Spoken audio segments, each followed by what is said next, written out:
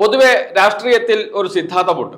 അത് ഒരു പ്രശ്നത്തിൽ പെട്ടുപോയാൽ അതിൽ നിന്ന് രക്ഷപ്പെടാൻ മറ്റൊരു സംഭവം സൃഷ്ടിക്കുകയോ അല്ലെങ്കിൽ വീണ് കിട്ടിയ ഒരു അവസരം ഉപയോഗിക്കുകയോ ചെയ്യുക എന്നതാണ്. അതിനെ ഒരു എക്സിറ്റ് സ്ട്രാറ്റജി എന്ന് വേണമെങ്കിൽ പറയാം. ഒരു സമരം ആരംഭിക്കുന്നു, എവിടെയും അവസാനിപ്പിക്കാൻ കഴിയാത്ത അവസ്ഥയിൽ എന്തെങ്കിലും ഒരു സംഘർഷം ഉണ്ടാക്കി സമരം അവസാനിപ്പിക്കുന്ന എത്രയോ രീതികൾ സെക്രട്ടേറിയറ്റ് മുന്നിൽ നാം കണ്ടതാണ്.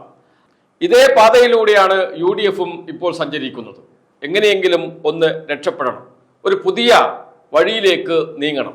അതിന് എന്താണ് വഴി എന്ന് ആലോചിക്കുമ്പോഴാണ് പേരാമ്പ്രയിലെ സംഘർഷമുണ്ടാകുന്നത്, ഷാഫി പറമ്പലിന് അടികിട്ടുന്നത്. ആ സംഭവത്തോടു കൂടി വിഷയം മുഴുവൻ ഷാഫി പറമ്പലിനെതിരെയുള്ള അക്രമമായി. കേരളത്തിൽ ഒരു MP പോലും സുരക്ഷയില്ല, സർക്കാരിന്റെ അല്ലെങ്കിൽ ആഭ്യന്തര വകുപ്പിന്റെ പരാജയമാണ് എന്ന രീതിയിലേക്ക് കാര്യങ്ങൾ കൊണ്ടുവരാൻ ഇതിനകം തന്നെ UDF ശ്രമിക്കുന്നുണ്ട്. UDFന്റെ മുതിർന്ന നേതാക്കൾ രംഗത്തിറങ്ങുകയും ചെയ്തിട്ടുണ്ട്. എവിടെ നിന്നാണ് രക്ഷപ്പെടേണ്ടത് UDFന്? അത് മറ്റെവിടെ നിന്നുമല്ല, അത് ശബരിമല വിഷയത്തിൽ നിന്ന് തന്നെയാണ്. ശബരിമല വിഷയം വലിയ ചർച്ചയാക്കി കൊണ്ടുവന്ന് അതിലൂടെ സർക്കാരിനെ ഒന്ന് പ്രതിക്കൂട്ടിൽ നിർത്താം, ഇതായിരുന്നു UDF കണക്ക് കൂട്ടിയത്. അതിനു വേണ്ടിയിട്ടാണ് നിയമസഭയിൽ ചോദ്യോത്തരവേള തടസ്സപ്പെടുത്തിക്കൊണ്ടുള്ള വലിയ പ്രതിഷേധം നടത്തിയത് UDF. എന്നാൽ സത്യങ്ങൾ മെല്ലെ മെല്ലെ പുറത്തു വന്നുകൊണ്ടിരിക്കുന്നു. ആരൊക്കെയാണ് സ്വർണ്ണക്കടത്തിന് പിറകിൽ പ്രവർത്തിച്ചത് എന്ന് ഏതാണ്ട് വ്യക്തമായിട്ടുണ്ട്. വിജിലൻസിന്റെ 2 റിപ്പോർട്ടുകൾ കോടതിയുടെ പരിഗണനയിലാണ്. വിവരങ്ങൾ ഓരോന്നായി പുറത്തു വരുന്നു. അതിലേറ്റവും സുപ്രധാനമായ വിവരം ഈ തട്ടിപ്പ് മുഴുവൻ നടത്തിയത് ഉദ്യോഗസ്ഥരാണ് എന്നാണ്. ദേവസ്വം ബോർഡിനെ കുറ്റപ്പെടുത്തുന്നതല്ല വിജിലൻസിന്റെ റിപ്പോർട്ട് എന്നത് വളരെ പ്രധാനപ്പെട്ട കാര്യമാണ്. ആ റിപ്പോർട്ട് ഹൈക്കോടതി അംഗീകരിക്കുകയും ചെയ്തു. എന്ന് വെച്ചാൽ 2019 സ്വർണ്ണപ്പാളി സന്നിധാനത്ത് നിന്ന് ചെന്നൈയിലേക്ക് കൊണ്ടുപോകാൻ അനുമതി നൽകിയിരുന്നില്ല ദേവസ്വം ബോർഡ്. ദേവസ്വം ബോർഡിന്റെ തീരുമാനത്തിൽ മിൻസിൽ അക്കാര്യം ഉണ്ടായിരുന്നില്ല. എന്നാൽ ദേവസ്വം ബോർഡിന്റെ തീരുമാനം അട്ടിമറിച്ച് ചെന്നൈയിലേക്ക് കൊണ്ടുപോകുവാൻ ദേവസ്വം സെക്രട്ടറി ഉത്തരവ് തിരുത്തുകയായിരുന്നു, അതല്ലെങ്കിൽ ദേവസ്വം ബോർഡിന്റെ തീരുമാനം തിരുത്തുകയായിരുന്നു എന്നാണ് ഇപ്പോൾ വിജിലൻസ് റിപ്പോർട്ട് നൽകിയിരിക്കുന്നത്. എന്ന് വെച്ചാൽ ദേവസ്വം ബോർഡിന് കുറ്റമില്ല 2019 നടന്ന സംഭവത്തിൽ എന്നർത്ഥം. അപ്പോഴും ഹൈക്കോടതി ഒരു കാര്യം പറഞ്ഞിട്ടുണ്ട്, ദേവസ്വം വിജിലൻസിന്റെ അന്വേഷണത്തിൽ ഇക്കാര്യം പറയുന്നുണ്ട് എങ്കിലും ഒരു നോട്ടപ്പിശക് സംഭവിച്ചിട്ടുണ്ട് ദേവസ്വം ബോർഡിന് എന്ന്. ഇത്രയും വിലപ്പെട്ട ഒരു സാധനം പുറത്തേക്ക് കൊണ്ടുപോവുകയും അത് തിരിച്ചെത്താൻ വൈകുകയും തിരിച്ചെത്തിയപ്പോൾ തൂക്കം കുറഞ്ഞതും ഒക്കെ നടന്നു. ഉദ്യോഗസ്ഥന്മാരാണ് ചെയ്യേണ്ടത് എങ്കിലും അതിനൊക്കെ മേൽനോട്ടം വഹിക്കേണ്ട ഉത്തരവാദിത്തം ഉണ്ടായിരുന്നു ദേവസ്വം ബോർഡിന് എന്ന വിമർശനം മുന്നോട്ട് വെക്കുന്നുണ്ട് കോടതി. അത് വളരെ കാര്യമായ വിമർശനമല്ല, നോട്ടപ്പിശക് പറ്റി എന്നതാണ് എന്നുകൂടി ഓർക്കണം. എന്ന് വെച്ചാൽ ഉദ്യോഗസ്ഥന്മാരാണ് തെറ്റ് ചെയ്തത് എന്ന് ഏതാണ്ട് ഉറപ്പായിട്ടുണ്ട്. അവരുടെ പേരുകൾ ഇതിനകം പുറത്തു വരികയും ചെയ്തിട്ടുണ്ട്.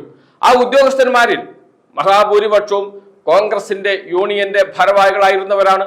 ഇപ്പോഴും അവരുടെ പെൻഷൻ സംഘടനയുടെ ഭാരവാഹികളായിരുന്നവരാണ്. അതോടൊപ്പം തന്നെ നിലവിൽ INTUCയുടെ ആലപ്പുഴ ജില്ലാ പ്രസിഡന്റ്, നേരത്തെ അദ്ദേഹം ദേവസ്വം സെക്രട്ടറി ആയിരുന്നു, അദ്ദേഹത്തിന്റെ പേര് പുറത്തു വരുന്നുണ്ട്. ഇങ്ങനെയൊക്കെ കൂട്ടി വായിക്കുമ്പോൾ കോൺഗ്രസ് അനുകൂല ദേവസ്വം ബോർഡ് ജീവനക്കാരുടെ സംഘടന ഭാരവാഹികൾക്ക് ഒക്കെ ഇതിനകത്ത് ബന്ധമുണ്ട്. ഇതിൽ ഏറ്റവും കൂടുതൽ സംശയിക്കുന്ന മുരാരി ബാബു അടക്കമുള്ളവർ കോൺഗ്രസ് സംഘടന ഭാരവാഹികളോ പ്രവർത്തകരോ ആണ് എന്ന വിവരവും പുറത്തു വന്നിട്ടുണ്ട്. ഇതെല്ലാം UDFന് വലിയ തലവേദന സൃഷ്ടിക്കുന്നുണ്ട്. അതോടൊപ്പം സർക്കാരും എന്ന് വെച്ചാൽ മുഖ്യമന്ത്രി പിണറായി വിജയനും ദേവസ്വം മന്ത്രി PN വാസവനും പറയുന്ന പ്രധാനപ്പെട്ട ഒരു കാര്യം, ഞങ്ങൾ ഹൈക്കോടതിയോടൊപ്പമാണ്, ഹൈക്കോടതിയാണ് അന്വേഷിക്കുന്നത്, ഹൈക്കോടതി അന്വേഷിക്കട്ടെ, തീരുമാനമെടുക്കട്ടെ, അതിൽ ആരൊക്കെയാണ് കുറ്റക്കാർ എന്ന് കണ്ടെത്തട്ടെ. എന്ന് വെച്ചാൽ ഇപ്പോൾ ദേവസ്വം വിജിലൻസ് കൊടുത്ത റിപ്പോർട്ടിന് വിരുദ്ധമായ ഒരു റിപ്പോർട്ട് അന്വേഷണ ഉദ്യോഗസ്ഥരും നൽകാൻ സാധ്യതയില്ല. അങ്ങനെയുള്ള റിപ്പോർട്ട് ഹൈക്കോടതിയിൽ എത്തിയാൽ സർക്കാരിനെ കുറ്റപ്പെടുത്താൻ കഴിയില്ല, ദേവസ്വം ബോർഡിനെ പോലും കുറ്റപ്പെടുത്താൻ കഴിയില്ല. ആ അവസ്ഥയിൽ രാഷ്ട്രീയമായി ഈ പ്രശ്നത്തെ ഉപയോഗിക്കാൻ കഴിയില്ല കോൺഗ്രസിന് എന്ന കാര്യം ഉറപ്പാണ്. അതുകൊണ്ട് തന്നെയാണ് അതിൽ നിന്ന് എങ്ങനെയെങ്കിലും സ്വർണ്ണ കടത്ത് വിഷയത്തിൽ, സ്വർണ്ണക്കൊള്ള വിഷയത്തിൽ, അതല്ലെങ്കിൽ ശബരിമല വിഷയത്തിൽ നിന്ന് എങ്ങനെയെങ്കിലും ഒന്ന് പുറത്ത് കടക്കണം UDFന്. അപ്പോഴിതാ വീണ് കിട്ടിയ അവസരമായി ഷാഫി പറമ്പലിനെ മർദ്ദിച്ച സംഭവം ഉപയോഗപ്പെടുത്താൻ UDF-ന് കഴിയും. അതാണ് UDF-ഉം കോൺഗ്രസും അത് ഏറ്റെടുക്കാൻ തയ്യാറായതും. വലിയ പ്രതിഷേധം വരും ദിവസങ്ങളിലും ഇത് സംബന്ധിച്ച് ഉയർന്നു വരും. ഒരു ഹർത്താലിലേക്ക് പോലും കേരളം പോകും എന്ന സൂചനയാണ് പുറത്തു വരുന്നത്. കാരണം മുതിർന്ന നേതാവാണ്, കോൺഗ്രസിന്റെ MP ആണ്, പ്രധാനപ്പെട്ട ശ്രദ്ധിക്കപ്പെടുന്ന യുവജന നേതാവാണ്. അങ്ങനെയുള്ള ഒരാളെ പരസ്യമായി അടിച്ച് പരിക്കേൽപ്പിച്ച് മൂക്ക് തകർത്ത് ആശുപത്രിയിലാക്കുക എന്ന് വെച്ചാൽ പ്രതിഷേധിക്കാൻ കോൺഗ്രസുകാർക്ക് കാരണമുണ്ട്. ആ പ്രതിഷേധം എവിടം വരെ ഏത് രൂപത്തിൽ കൊണ്ടുപോകും എന്നതേ ഇനി അറിയാനുള്ളൂ. ഏതായാലും ശബരിമലയിൽ നിന്ന് ഒന്ന് മാറണം, ശബരിമല വിഷയത്തിൽ നിന്ന് മറ്റൊരു വിഷയത്തിലേക്ക് കടക്കണം. അതിനു വേണ്ടി കിട്ടിയ ഏറ്റവും വീണ് കിട്ടിയ അവസരമാണ് ഷാഫി പറമ്പിൽ. അത് ഉപയോഗപ്പെടുത്താൻ തന്നെയാണ് കോൺഗ്രസ് തീരുമാനിച്ചിരിക്കുന്നത് എന്ന് വേണം അവരുടെ സമരങ്ങൾ കാണുമ്പോൾ അറിയുന്നത്. ഏതായാലും ഒരു കാര്യം ഉറപ്പിച്ചു പറയാൻ കഴിയും, ശബരിമല UDF-ന് ഒരിക്കലും ഗുണകരമാകില്ല.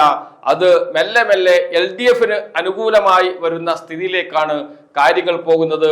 അതുകൊണ്ട് തന്നെയാണ് അതിൽ നിന്ന് രക്ഷപ്പെടാനുള്ള ഒരു തന്ത്രം എന്ന നിലയിൽ വീണ് കിട്ടിയ ഷാഫി പറമ്പിലിന്റെ ഈ സംഭവത്തെ വലിയ പ്രശ്നമാക്കി മാറ്റാൻ, കേരളത്തെ വലിയ ചർച്ചയാക്കി മാറ്റാൻ പറ്റുമെങ്കിൽ ഒരു ഹർത്താലിലേക്ക് കേരളത്തെ കൊണ്ടുവരുവാൻ കഴിയുമോ എന്ന് UDF ആലോചിക്കുന്നത്.